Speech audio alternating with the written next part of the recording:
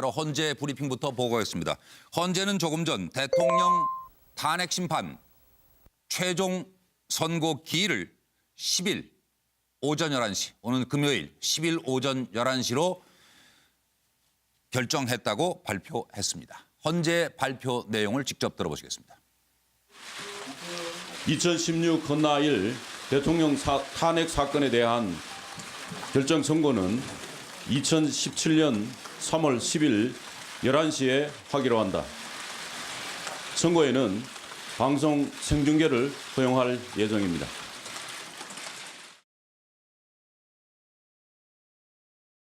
네, 이와 관련한 이야기를 지금부터 나눠보도록 하겠습니다. 늘 모시는 고정 패널 5분, 그리고 오늘은 대통령 측 대리인단으로 활동하고 있는 손범규 변호사, 이렇게 6분 모셨습니다. 어서 오십시오. 네, 안녕하세요. 안녕하십니까? 일단 지금 헌재 발표 내용에 대해서 송꼬모 부장님 좀 설명을 추가해 주시겠습니까? 네, 원래는 어제 예. 어제 평의에서 예. 청구인을 결정을 할 것이다. 그러니까 이것은 피청구인에게 통보를 하는 겁니다. 예, 통보한다. 그러니까 피청구인은 박근혜 대통령이 되겠죠. 예. 통보를 하는 것이 원래 어제로 예상했던 것이 이정미 헌재 재판관이 13일 날 월요일 날 퇴임을 하게 되니 예. 그 마지막 평의일인 금요일 10일쯤 할 것이다. 이런 예상이 전부터 있었고 네. 그 전에 노무현 전 대통령 그 탄핵 심판 때 사흘 전에 했기 때문에 그렇습니다. 그것을 적용을 해서 어제 7일 할 것이다 했는데 네. 어제 평의가 1시간 만에 끝나고 안 했단 말입니다. 예, 안 해서 여러 가지 억측이 나왔었죠. 이게 다 결정된 거 아니냐. 네. 아니면 결정이 못 돼서 그런 거 아니냐. 억측이 예. 나왔는데 오늘 다시 3시부터 평의를 해서 한 2시간 반, 3시간 가까이 하다가 예. 조금 전에 발표를 한 것이죠. 그러니까는 예. 당초 예상대로 오전 11시, 금요일 날 11일 오전 11시에 그 탄핵 심판 최종 선고를 하겠다. 네. 그러니까 이것이 이틀 전에 그 고지를 한 것인데 네, 홍진당 해산 사건 때도 이틀 전에 했기 때문에 예, 그 예. 헌재에서도 그런 이야기를 했죠. 선고 2, 3일 전에 통보하는 관행을 그대로 따랐다. 예. 이렇게 했고 재판관 그 최종 투표일 결정은 안 됐다. 이것은 뭐냐면은 예. 아직 그 인용이냐 기각이냐 이 부분에 대해서는 서로 어떤 표결 같은 거 없었다는 이야기고 예. 그것을 어떻게 언제 할지는 아직 확정 안 했다. 네. 그런데 다만 내일 평의를 열겠다고는 했어요. 그렇지만 내일 아마 이 평결 그러니까 투표를 할 가능성은 상당히 낮아 보입니다. 왜 그러냐면은 보안이 철저히 유지가 돼야 되기 때문에 지금 그렇죠. 어떤 결론이 나오든 큰 후유증이 있을 텐데 네, 그 예. 보안 유지를 위해서는 아마 예상으로는 그 금요일 날 오전 11시 최종 선고하기 전까지도 네. 그 직전에 아마 평결을 하지 않겠느냐 그런 예상이 가능한 것이죠. 네, 그리고 11시에 탄핵 심판 최종 선고 이렇게 지금 결정 발표가 된 거 아닙니까?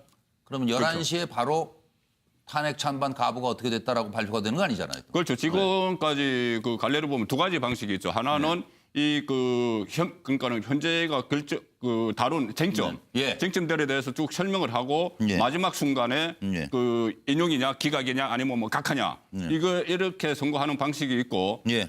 맨 처음에 시작을 하면서 결정을 먼저 하고 네. 그다음에 결정을 하게 된 이유를 설명하는 방식이 있는데 예. 아마 이번에는 일방적으로는 그 워낙 국민들의 관심이 집중돼 있고 이런 사안이기 때문에 소위 말하는 그 미괄식 예, 앞에 예. 먼저 쭉 상황 설명을 하고 헌재의 입장을 설명을 하고 어떤 심대를 했다는 것을 이야기를 하고 마지막에 예. 딱 그 두 가지죠. 그러니까는 대통령을 탄핵. 피청구인을 파면한다. 파면한다. 또는 이 사건 심판 청구를 기각한다. 네, 이 둘 중에 하나는 오겠죠. 물론 대리인단 쪽에서는 각하 가능성까지도 많이 말씀을 하시지만은 네, 네. 일단은 그 둘 중에 하나가 나오지 예, 않겠느냐. 그렇습니다. 운명의 날, 운명의 시간이 일단 정해졌습니다. 바로 헌재 브리핑부터 보고하겠습니다. 헌재는 조금 전 대통령 탄핵 심판 최종 선고 기일을 10일 오전 11시, 오는 금요일 10일 오전 11시로 결정했다고 발표했습니다. 헌재 발표 내용을 직접 들어보시겠습니다. 2016 건나일 대통령 탄핵 사건에 대한 결정 선고는 2017년 3월 10일 11시에 하기로 한다. 선고에는 방송 생중계를 허용할 예정입니다.